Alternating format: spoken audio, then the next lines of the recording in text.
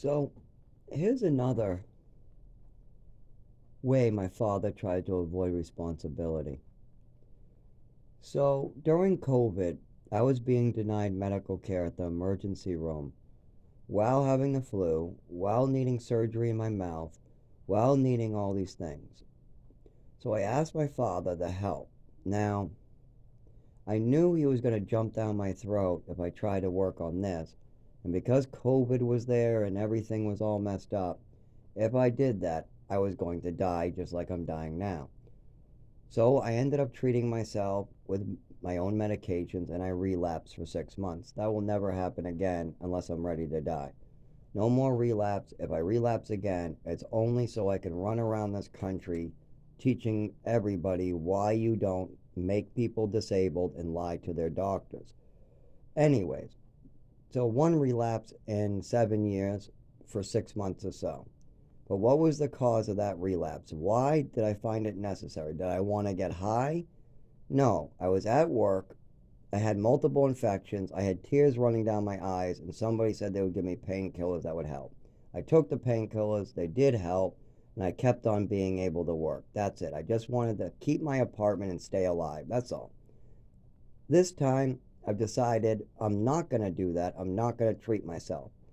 I'm going to work the right way. The right way is to go to Social Security, go to the doctor, and make sure my family is aware of what they're doing to me. That's the right way. All I need to do is continue going to the doctor, continue going to Social Security, and stay indoors.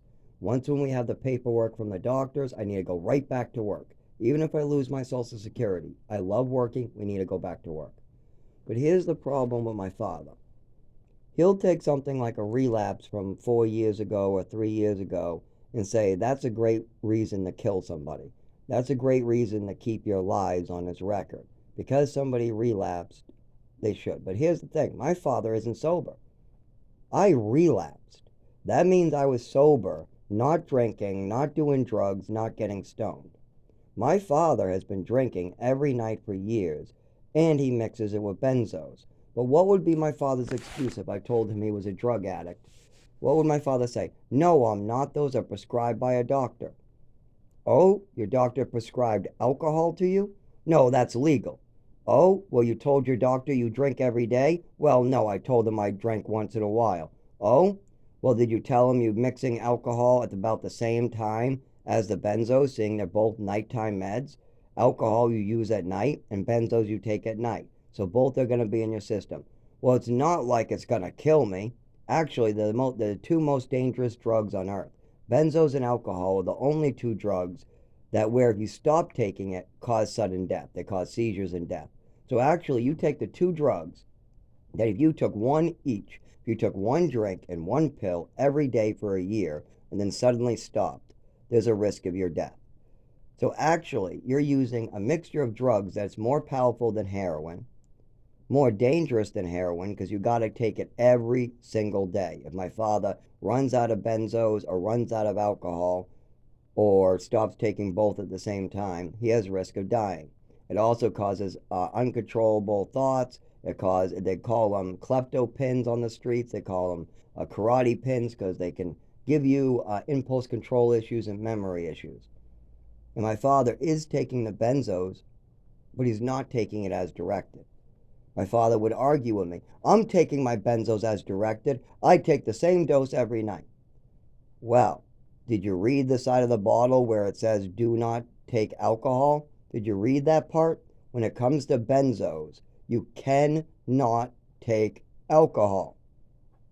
But see, my father will tell me not to drink alcohol with certain medications, but then he'll get high as a kite loving it. Because you know what happens when you mix benzos with alcohol? They both work together to make each other stronger. So the benzos, if you take 1 milligram of benzos with one vodka nip, the one vodka nip turns into three vodka nips, and the one benzo turns into two benzos, and you get a nice buzz going. Now, my father has way more than a nip. So we know he's kicking that alcohol in strong, and we know the benzos are working like a strong opiate at the same time. So we know that that's what he's doing, because if you take both those meds between 6 and 12, so you got 6 p.m. to 12 midnight. If you take the alcohol at 6, 7, and 8, and then you take your benzo at 9, oh boy, you're going to have a fun night. But see, do I ever tell my father that he's a drug addict? Do I ever tell my father that he's a junkie? Do I ever tell my father any of these things? No, because they're not true. I'm not like that, and neither is he. The difference between me and my father is I just want to get better at the doctors. I don't need to treat myself. I don't need to do that. I need a doctor to treat me. But that requires them understanding that my mother and father are liars. They wanted to avoid responsibility. Now, my father didn't know what was going on with his wife and the doctors and the pills and the meds. But my father absolutely is willing to lie for money or to avoid responsibility. If his wife is in trouble, if his wife did something, if he did something, I'm a liar. If he's the one taking pills with alcohol, I'm the drug addict. And he'll point that out to make himself feel better. Meanwhile, for 7 years, I've been completely sober with only one relapse for 6 months. It was for about a year that I struggled. The first 6 months, I tried nothing, but I ended up about to be living in the woods dead again. So I started to get scared. Now, I thought about maybe doing something else, but COVID, my ID was expired, COVID was going on, there's no transportation. I went to the emergency room with the flu, multiple infections. They said I need surgery. They're not giving me the surgery. So there's all this stuff going on. They're just giving me antibiotics after antibiotics because the infections keep on spreading throughout my body. So we got that going on. Very, very painful. Oh my God, causing seizures on the side of the road where cars are almost popping my head like blueberry.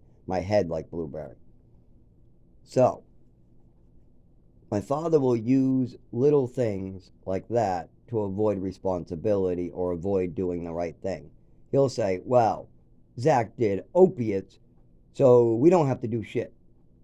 Oh, so you're allowed to poison somebody, hurt them, and fuck with their medical records as long as you think that they are an addict. Okay, well, I think my father is an addict when it comes to alcohol, for sure. I also think that the benzos might be a problem. But I also want my father to be comfortable. At least I did. Right now, I just want him to do his shit. And honestly, he's too old at 89 to have him learn a lesson. You know, tie him up to a tree, leave him there, and keep on coming back until you say, hey, you want to have a conversation yet? No? Okay. Enjoy the woods for a little bit longer. Hey, do you want to have a conversation yet? No? Because I've spent 3 days in the freezing cold, stuck in the woods. I've spent a whole day stuck in the woods with my legs not working. I've had multiple injuries on the side of the road while sober. I don't think my father can handle that. I think if somebody messed with his medical records where doctors malpracticed him, he would lose his fucking mind. If somebody slipped him pills where he lost his vision and then he woke up, he would be yelling at everybody, okay, who did something to me? Something happened here. Who fucking did it? None of my family could ever work as hard as me to stay alive. None of them. None of them could take a drugging. None of them could take Patricia's shit. None of them. If Patricia treated any of my family members for just an hour, how she treated me all the time in private or in front of my father or in front of her grandson or anything like that, if she treated them like that, somebody would be at the house breaking her fucking nose in a heartbeat. Let's say that my mother did what she did to me to my nephew. Let's say that she slipped him pills, he had an overdose, and she was smacking him in the face with a ruler. And then my nephew went home complaining about a Halloween curse making him sick, that his grandmother gave him meds and he got sick, complained that he lost his vision and had this horrible allergy attack while at my mother's house, and then she was smacked with a ruler, and he was smacked by the ruler. My brother would have grabbed her by the fucking neck and strangled her to death. But they do these things to me, and it's okay. It's fine. They can move me to Texas. Nobody ever visits. Nobody ever looks into her behaviors.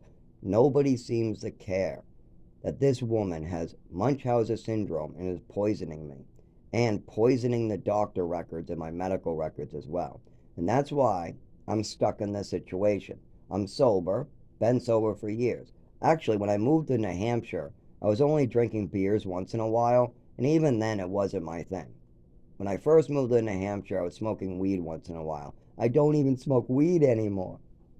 You got my stepmother's daughter drinking, who just got out of prison and has all these other problems, and they're gonna help. Oh, they're gonna co-sign for houses. Well, oxys are super heroin, and she wasn't prescribed super heroin, but yet they don't judge her. Why? Because they already think I'm less than human. They're allowed to beat me, burn me, drug me, fuck with my medical records, cut off my medical records, put my children in danger, put my family in danger, put everybody that has to do with me in danger, cut off medical care, cut off my insurance, cut off my emergency bracelet. They have no problem doing these things. But my doctors and the state and Social Security need them to do something. If not, I am not going to wait 10 years while suffering for the doctors to look into it. And I'm not going to keep on restarting this work over and over and over because my family doesn't want to do anything. If I have to die in a hole someplace without the ability to use a shelter or go back to my job or get medical care from a doctor because they poisoned my medical records and made it so doctors are way confused of what's going on here, and they definitely drugged me, just damaged my body, fucked me up badly in my body, violated my body. They even smacked me around at times. If they think that I'm just going to sit in that hole, they're wrong. They're absolutely wrong. I will bring so much attention to this family that the whole family will have a black mark around it. Not only that, I will make sure in secret to give every fucking person in this family that knew about Patricia being crazy her what they call the Patricia curse. We're going to do what she did to me to other family members. Because if they think this is okay, if they think it's okay for Patricia to do this to me, well, then I will do it to somebody else, and I'll do it to somebody else, and we'll see how they like it. But only the people that can fix this, the people that could walk into the doctors today. Now, we have 2 days. Tuesday, the sheriff is called. Why? Well, because I haven't paid the landlord. That's it. I bought 3 years of time while injured. 3 years ago, I was supposed to get thrown out. But what did I do to prevent that?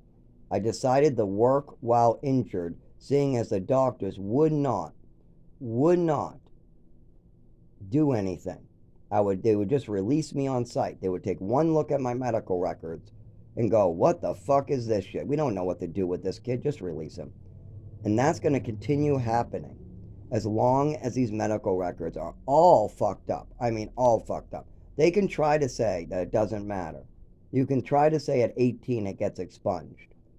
But that is not the case. At 19, the doctors were still medicating me based upon my mother's information. So we know that's not true. At 19, when I told the doctors to give me less medication, they still gave me more on my mother's and father's information. I'm telling my doctor I only need help sleeping, anxiety because my mother's giving me terrible anxiety, and I need Ritalin for my ADHD. Instead, they're loading me up with a cocktail of pills at night.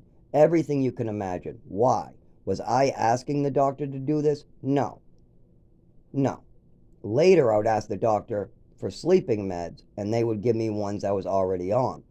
I would give the doctor a list of all the meds I was already on. They would look through my medical records, and then they would just do what other doctors did based upon my mother's information.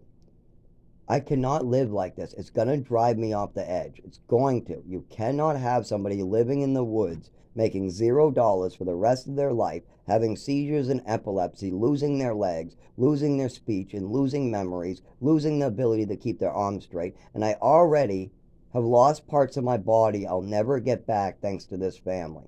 So if this family works with me, they're forgiven. They got 2 days to do so until I'm out in the woods. Once I'm out in the woods, if I don't see one of my family members doing this, I'm tracking down each and every one of them. And some will get a book, while others will get a nice arrow with a syringe attached to the top, full of a mystery liquid that only I will know what it's doing. And in 4 years, when they have diseases and they need a doctor and the doctors cannot figure out what is wrong with them and they get sicker and sicker, they will know how I feel. and they will regret not handling this with me.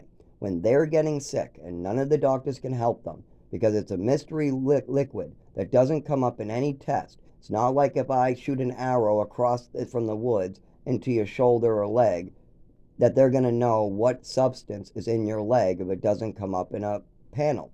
If it's a mystery plant that's rare from Africa, or if it's something like a high dose of benzocaine, even benzocaine might be able to show up. But there's a lot of things I can mix together and shoot into somebody and cause them pain and suffering just like me. But I don't want to do that. I want to continue helping the community. I want to continue making sure that people do better. This world is falling apart, and I am very good at holding it together. But for me to continue, I need my doctors to be my doctors. They cannot be under the influence of my mother's and father's statements. If the doctors have been weaponized by my records, they're no good to me. They have to be writing down my information. But see, this is the problem. When I go to the doctors because I'm dizzy from mold, they don't write down anything to do with the mold. They write down Zach came in with another story or something like that, even though I have pictures and videos of mold everywhere. We got at least 4 different people that came to my apartment that get sick near the mold. We got upstairs sick from mold. We got lots of evidence, but they don't look at it. Why? Why don't they listen to me? Well, because the doctors have been told that I'm a liar, a thief, I make up stories, whatever will cut them off. My father has been doing this with my mother for 25 years, but he only calls me a liar and a fantasy spinner and all these names when he's in trouble, when they have responsibility. If my mother threw a shoe at me, I'm a liar. If my mother stole my swimming medal, I'm a liar and a fantasy spinner. You see how this works? When my mother does something wrong, and then I'm crying, saying, give me my medal back, give me my swimming medal back. And the doctor is like, what the hell is this woman doing to this kid? And then the doctor looks back at my mother. That's when she calls me a fantasy spinner. When I tell the doctor I want my medal back and I won that in the orphanage, that's when my mother starts screaming, no, he didn't. He's a fantasy spinner. He's making it up. He's out to get me. See this name on the back? I know he wrote that name on the back. He's out to get me. See that name? That's why. Well, what about that name? A staff member that worked for the orphanage who was at the YMCA pulled out a Sharpie and wrote my initials on it. So what? No. He's out to get me, my mother says. And then my father continues to blame me today.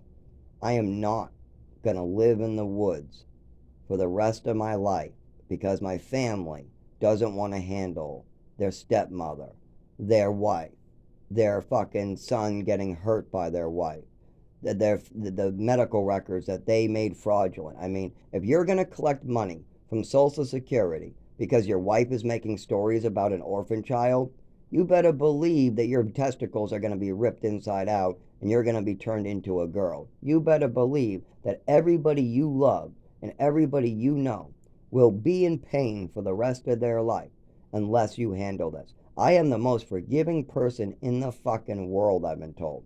Apparently, I'm not supposed to forgive people who hold me up at knife point, but I do. And if I can forgive a guy that held me up at knife point that's facing charges, I think I can forgive them, but only if I'm allowed to live my life and my children aren't put in danger. If you are going to put my family, my future family, my girlfriend's family, me, my finances, everything I hold dear in danger, all because you want to continue saying that your statements at the doctors is true, even though none of it helps me. If that was true, then we could get me better, but it doesn't. All those statements my father's making doesn't help me walk, doesn't help my speech, doesn't help me do anything but become a drooling mess that's tired. It will make me so I can't work. It'll take away my energy and make me tired. That's all my mother and father were doing. My mother would make up stories, drug me, slip me pills, whatever. And the only time doctors thought it was any good is if I was a tired, sleeping mess. Every morning I looked cockeyed. Teachers were worried about me in the morning because of all the pills my mother had me taking. My job at 19 told me to tell the doctor to take me off some of these meds because I look cockeyed in the morning and obviously something's wrong with all these meds. Even Alice, when I was 24, I went to the doctors telling them I need sleeping meds, ADHD, and anxiety. Same three I always bring to the doctors. What do you think they did? They loaded me up with the same medications, and the night meds, I just gave them a list. I gave them a list of the meds I was on, and I told them that Remeron is about the most gentle. And they don't like giving me Remeron. I don't know why. They prefer Seroquel, Thorazine, and Trazodone mixed together. I don't want those. Why don't you just give me an Ativan? Oh no, your mother says you don't need those. She says that you're all mentally ill and that's all you need is mental illness drugs. But I don't get better. I just knock out at bedtime. I'm hungover in the morning and nothing gets better. I just sleep. Well, I can take a Benadryl and CBN or CBD and fall asleep. We don't need to fuck with my body's chemistry like that just to put me to sleep. The only reason why I have problems sleeping is because my mother drugged me so much. I have anxiety and PTSD. Sometimes I have flashbacks of my mother hurting me as I'm trying to fall asleep. Sometimes I have flashbacks of my father making up stories about me and then me getting hurt at the hospital, like recently. I have a lot of fears. Of course I do. I'm constantly getting malpracticed and hurt because of this. How am I supposed to live? That's the one question I'm going to ask my father. Okay, if I'm not allowed to use a shelter, if I'm not allowed to go back to my job, if the doctors need a lot better information from you about this real disorder, if they need you to clear out the bullshit that your wife was spreading, if I'm not allowed to live in any of these places, how do I stay alive? You can't say work, because work told me no. Not until you admit and take responsibility, then they'll let me work. Social Security has a fraudulent case, so my new case has to have the real information. So if we give them the fraudulent case, they'll just cut me off as soon as they figure out that that's fraud. Social Security's out of the question. Okay, going to the doctor? Nope, not until we handle this. How about a shelter? Nope, they need medical paperwork if you're severely disabled. If you're severely disabled, the shelter needs to know why. So how do I stay alive? How? How do I stay alive? Because I'll freeze to death. Exposure, you can't do. Do I make a fire in the woods? Wait a minute, that's arson. You can't do that anymore. So I'll be arrested. So how do I stay alive? I don't. They killed me. They're killing me. They're murdering me. It's murder. It is. It's murder by Munchausen syndrome. It's murder by medication. It's murder by poisoning. It just takes a long time to catch up, but they saw this. That you made me disabled, you hurt my body, you're hurting me today, you're hurting me tomorrow, you're hurting me next week.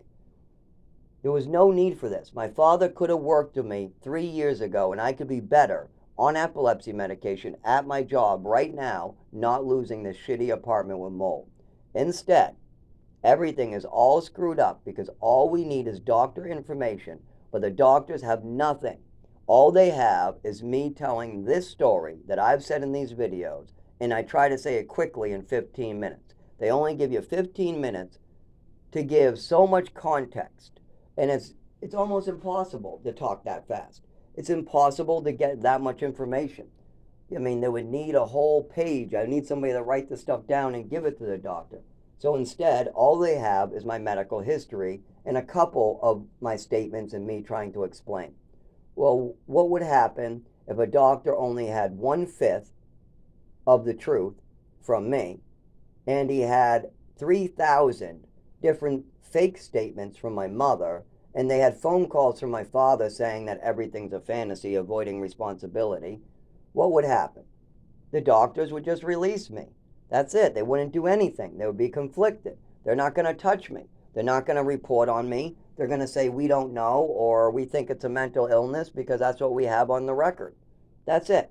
But if you talk to the people who saw me for a seizure, if you talk to the doctor at in Lowell that saw me during the seizure, if you talk to everybody who's seen me for years nonstop in my home, at my job, if you talk to my teachers, if you talk to the people in New Mexico, if you talk to anybody, they'll all tell you the same thing. Zach does not lie. He does not have fantasies. He does not have a mental illness. Now, if I had such a bad mental illness, then why in Texas did they not continue drugging me on my mother's word?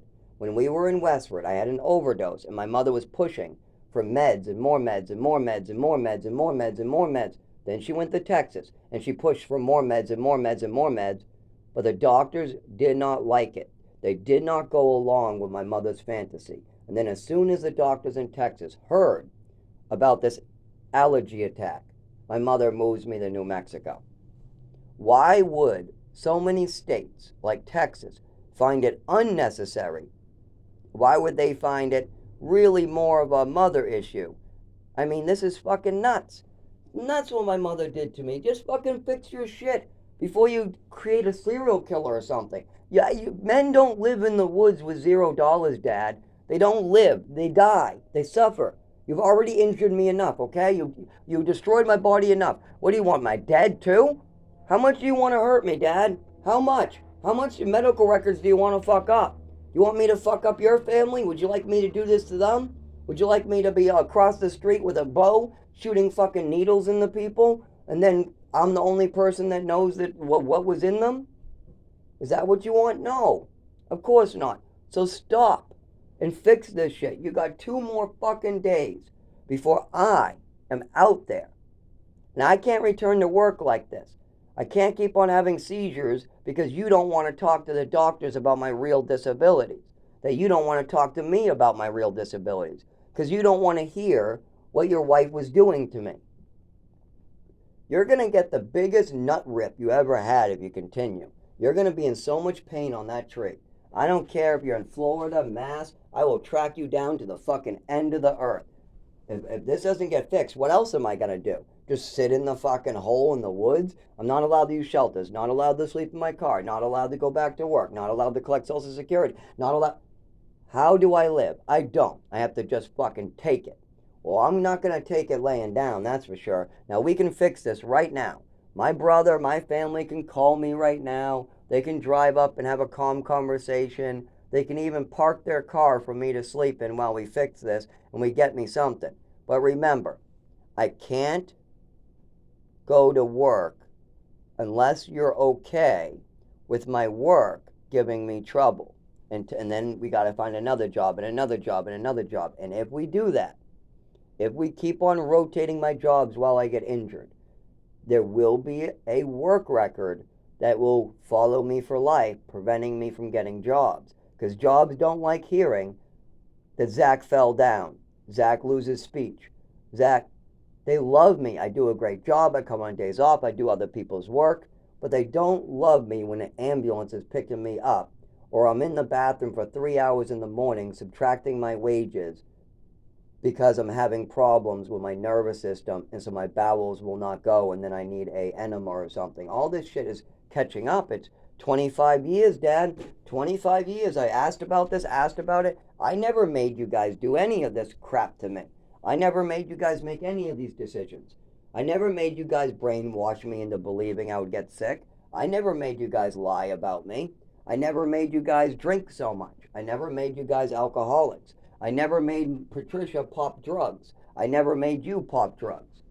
I never made you mix alcohol with benzos, but guess what? Those are your choices. You fix them. I don't care if you do benzos and alcohol. That's your choice.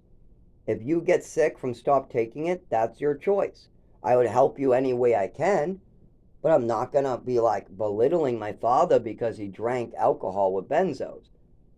But he has to fix it. If he has a problem, he has to fix it, and all he can do is ask for help.